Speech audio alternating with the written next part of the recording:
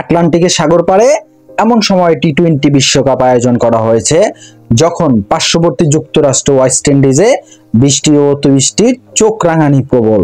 চলমান টি-20 বিশ্বকাপও প্রতিযোগী দলগুলোর বড় প্রতিপক্ষ হয়ে দাঁড়ায় আবহাওয়া, যার কারণে বেশ কয়েকটি ম্যাচ ভেসে গেছে বৃষ্টিতে। এবার শিরোপা নির্ধারণী ফাইনালে একই পূর্বাভাস মিলছে।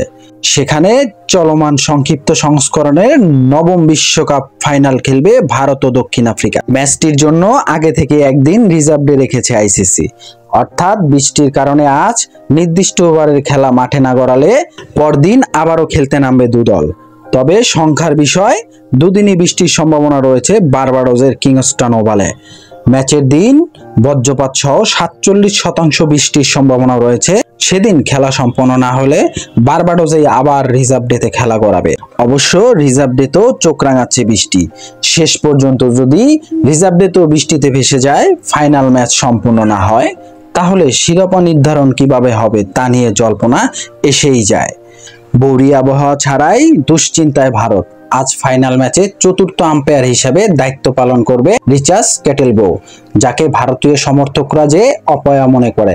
যার কারণ, গত 11 বছর ভারত 9 বার আইসিসি ইভেন্টে নকআউট রাউন্ডে হোঁচট খেয়েছে, যার 8টিতেই আম্পায়ারিং প্যানেলে ছিলেন ক্যাটেলবো। তাই কোনোভাবেই হতাশা কাটছে না ভারতীয় সমর্থকদের।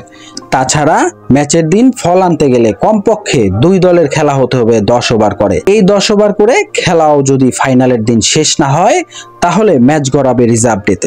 রিজার্ভ ডেতে গিয়ে খেলা শেষ না হলে ভারত দক্ষিণ আফ্রিকাকে যৌথ চ্যাম্পিয়ন ঘোষণা করা হবে। তাই চিন্তার ভাঁজ এখন কোটি ভারতীয় সমর্থকদের মনে।